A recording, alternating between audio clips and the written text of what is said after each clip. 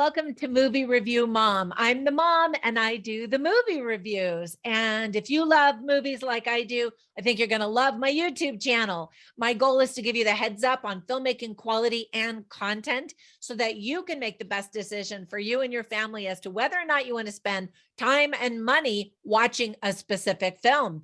So that specific film that I'm reviewing today is called Downton Abbey, A New Era. This sequel to the very popular British franchise opened in the UK in April, but it premieres in the United States and in Canada on May 20th, 2022. After the theatrical release, fans will be able to stream it on Peacock. So the movie is rated PG and it's 2 hours and 5 minutes. I'm going to give you an overview in a nutshell, and then I'll point out things I liked, I didn't like, themes worth talking about, interesting lines, funny lines, tips for parents, and I'll even give you some recommendations for some other films that you might also enjoy if you like this one. All right, let's get started. So in a nutshell, Downton Abbey fans unite. It's time for another movie sequel. This is a follow-up to the 2019 feature film in which the Crawley family and Downton staff received a royal visit from the King and Queen of Great Britain. This addition to the popular British franchise takes the family into the 1930s with style, humor, and drama. So there were lots of things that I liked about this movie. I have to disclose that I have been a Downton Abbey fan from the very beginning. And so I was thrilled to see another movie come to the big screen. So I thought it was perfect to begin with a wedding scene because it gives us a chance to remember all of the characters as they each got their pictures taken as part of the reception. So of course, the movie really is designed with the fans in mind, having an understanding of the characters and their backstories and all of that. The fantastic cast gifts us with all of our favorites, as well as introduces us to a new few fun characters, like Mr. Stubbins, played by Alex McQueen, who I thought was hilarious, and he had the perfect voice for this particular role. It's not a huge role, but I just laughed every time he was on screen. And as always, Maggie Smith has the most entertaining lines. What a national treasure. I always laugh and lean in when she shows up on the screen. The story about a Hollywood movie being filmed in the Crawley mansion is ironic considering the TV show and the movie have taken over the real life Highclere Castle for many years now. There's a warmth and comforting familiarity to the film that will allow fans to bask in this new addition to the series. It really feels like it was a love letter to the fans and a fitting conclusion.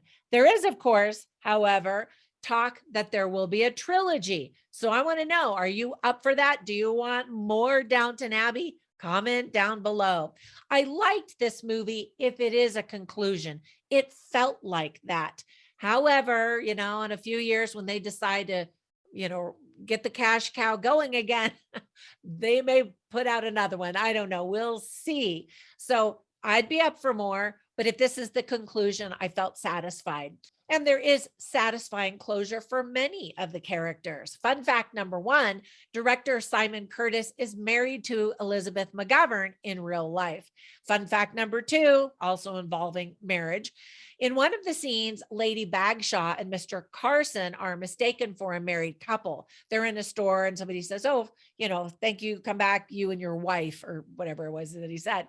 And they just kind of laugh. There's a funny expression on Imelda Staunton's face because she and Jim Carter are married in real life.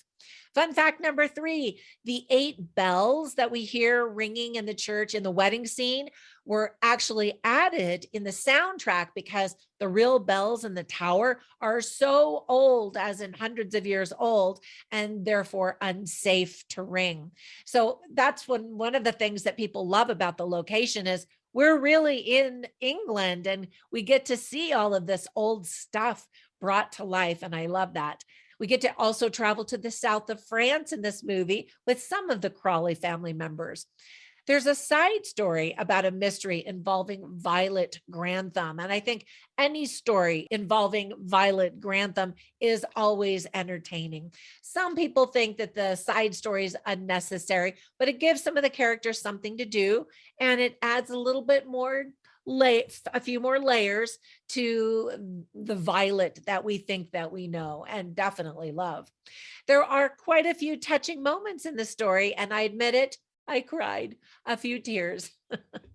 Now, that being said, and with all of that praise, there were a few things that I didn't like or thought could have been done better. For example, if you haven't seen the TV show or the first movie, you're definitely going to be lost and you won't appreciate the backstories nor what's currently happening with any of these characters. And as I mentioned, the movie just assumes that you already know and love the characters and you know what the back history story is and all of that. If you don't enjoy British pomp and consider it just foolish snobbery, you definitely won't enjoy this movie. Not all of the characters that we know and love get as much screen time as others, but still each one has their moment, some many more moments than just those few. And like I said too, some of them have some really nice satisfying closure. So let me give you some tips for parents. Ultimately, kids are going to be bored unless they're fans of the TV show. Some British profanity, really, I can think of one moment, and Americans laugh at what it is, but in England, it's, considered profanity. Married couples kiss, which is nice and appropriate. And some French is spoken with subtitles that you need to read. Otherwise, the movie just doesn't really have objectionable content unless you consider some of the characters objectionable. But in this movie, they're all kind of softened. There's not a whole lot of bickering, which is good sport and has been a lot of fun in the past. It's just kind of a softer version of all of these characters. So some of the themes that are illustrated well are family, tradition, legacy, filmmaking, and change. And I should switch those, change and filmmaking, simply because I wanted to talk about the filmmaking aspect of it. I love movies about movies. I love movies that show you how movies are made. And in fact, I just reviewed a fantastic Japanese anime called Pompo the Cinephile that is such a love letter to filmmaking. And so for that aspect, you should definitely check out that movie. I always write down funny lines and interesting lines, and I put them on my written review at moviereviewmom.com. So you can go over there and check all of those out. I'll share just a few of them with you right now. First of all, Violet Crawley is played by Maggie Smith, the national treasure that she is. Both she is an actress and this character. And so this mystery kind of emerges and everybody's like, what's going on? And she says, I will say goodnight and leave you to discuss my mysterious past. And it is a mysterious past. During the whole movie, they're trying to figure out what happened. So Violet is talking with her son, Robert Grantham, and he says to her, you were always so much cleverer than me. And she says, true. Stuff like that. I mean, that's why we love her character. She's so funny. And then there were quite a few interesting lines too. Mr. Mosley, speaking about the film industry, says, Hollywood is the ultimate dream factory. And don't we all believe in dreams and fantasies? And that's one of the many reasons why I love movies so much. Later, Mary is talking and she says, marriage is a novel, not a short story. And that's one of the things that's missing in the story. Her husband, he's nowhere to be found. And hopefully that's not a big spoiler. We didn't have a whole lot of time to fall in love with him. So he's not terribly missed, but it's sort of a running thing that goes throughout the story. Okay. And then I want to share two more really good lines. Another one is also spoken by Lady Mary, played by Michelle Dockery, of course. And she says, I'm too old fashioned to believe what I want is all that matters.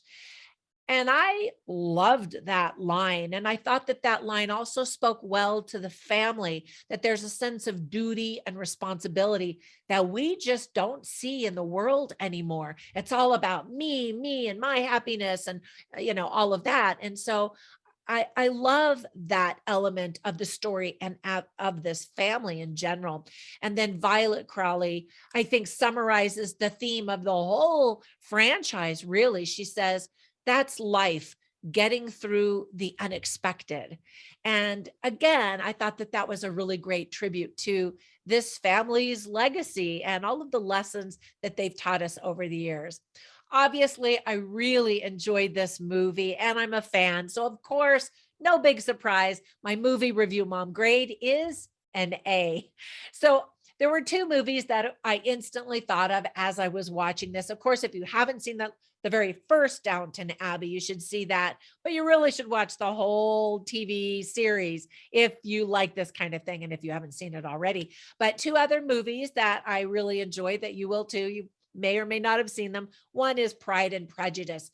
And of course, it's been remade several times. Pick any of the versions that you want. I think that they're all really good. And then another movie that I really enjoyed was a recent one called Emma with Anya Taylor-Joy. I really enjoyed that one as well. Okay, so this movie was so refreshing and fun to watch. I had just reviewed The Northman, the bloody Viking movie, and then I got to watch this one and I felt like I had just taken a shower.